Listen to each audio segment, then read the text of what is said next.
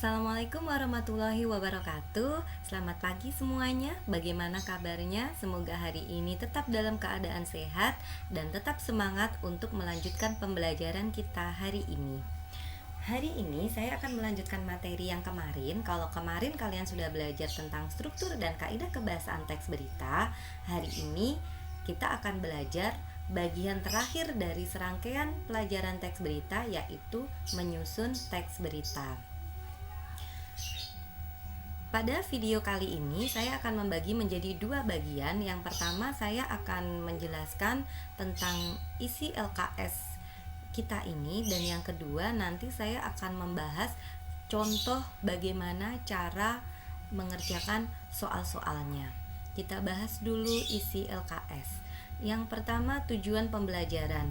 Setelah kalian mengikuti pembelajaran ini, kalian diharapkan mempunyai dua keterampilan. Yang pertama, kalian mengetahui langkah-langkah menulis teks berita, dan yang kedua, kalian mampu menulis teks berita sesuai dengan struktur dan mengikuti kaidah kebahasaan dengan benar. Lanjut ke ringkasan materi, penyusunan teks berita.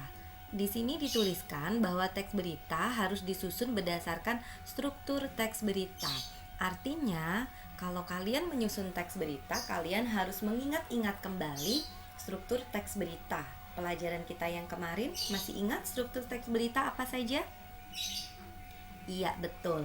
Struktur teks berita yang pertama diawali dari judul berita, yang kedua kepala berita, yang ketiga tubuh berita, dan yang terakhir dan letaknya paling bawah yaitu ekor berita. Kemudian langkah menyusunnya, ada 4 langkah menyusunnya. Yang pertama, kalian harus memilih peristiwa atau kejadian terbaru terkini yang menarik. Jadi kalau kalian diminta untuk menyusun teks berita, yang pertama kali harus kalian lakukan adalah memilih peristiwa atau mencari peristiwa menarik yang ada di sekitarmu yang bisa diangkat untuk menjadi teks berita.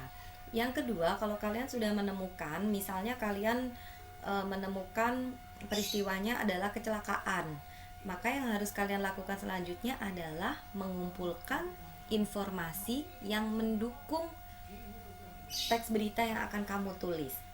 Informasi yang mendukung itu apa?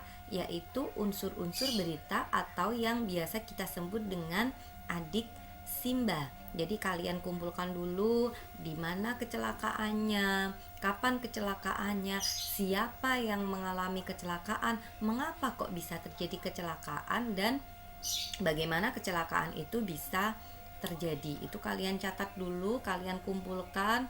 Kalau kalian sudah menjawab, maksudnya sudah bisa mendapatkan jawaban untuk pertanyaan adik Simba itu, kemudian lanjut ke langkah yang C, yaitu menyusun beritanya.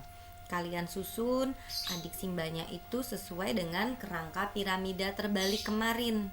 Piramida terbalik itu kerangka yang struktur teks berita yang dimulai dari judul sampai dengan ekor.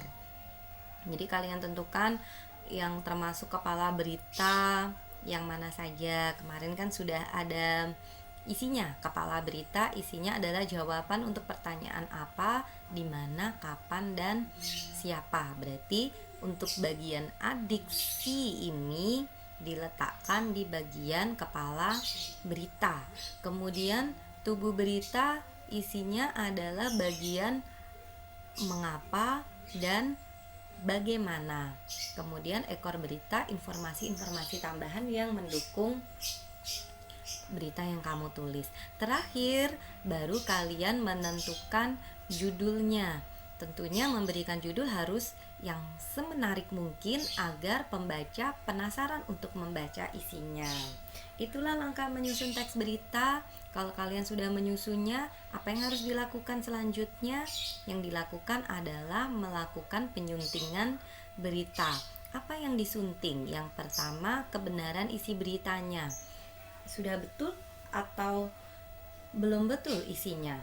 Misalnya ada adik Simba, kemudian bagian siapa, itu kalian pastikan benar tidak namanya, sesuai dengan kenyataan tidak namanya, itu harus dicek dulu. Kalau sudah, baru lanjut ke yang B, kita cek kelengkapan isi beritanya. Ini hubungannya dengan adik Simba lagi. Kalau kelengkapan berarti semua unsur adik Simba ini harus masuk, dicek lagi, dibaca lagi. Kalau sudah adik Simbanya sudah masuk semua, berarti beritanya sudah aman. Tapi kalau misalnya ada yang tertinggal, misalnya unsur kapannya tertinggal, nah berarti kalian harus menyunting kembali, mengedit kembali, memasukkan unsur kapan yang tertinggal itu. Kalau sudah, lanjut lagi, yang disunting adalah penggunaan bahasanya. Sudah menggunakan kata baku atau belum? Kalau kalian menggunakan kalimat langsung, apakah kalimat langsungnya sudah sesuai dengan kaidah penulisannya atau belum? Kemudian penggunaan tanda titik, tanda koma, huruf kapital, konjungsinya itu sudah sesuai atau belum. Nah, itu harus kalian perhatikan. Demikian penjelasan ringkasan materi untuk menyusun teks berita. Kalian bisa melanjutkannya dengan soal-soal yang ada di bawahnya. Ada 3 soal yang harus kalian kerjakan. Yang pertama, kalian diminta untuk memperhatikan unsur-unsur berita. Jadi sudah disediakan ada 6 unsur berita, adik Simbanya sudah lengkap ada di sini. Plus bonusnya yaitu informasi tambahan. Ini bisa digunakan sebagai ekor berita.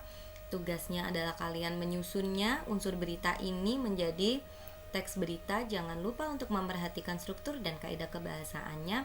Yang terakhir, jangan lupa untuk memberi judul. Demikian penjelasan dari saya terkait LKS menyusun teks berita. Apabila ada yang belum dipahami, apabila ada yang masih kurang dipahami, silakan untuk bertanya. Terima kasih, saya akhiri dulu. Wassalamualaikum warahmatullahi wabarakatuh.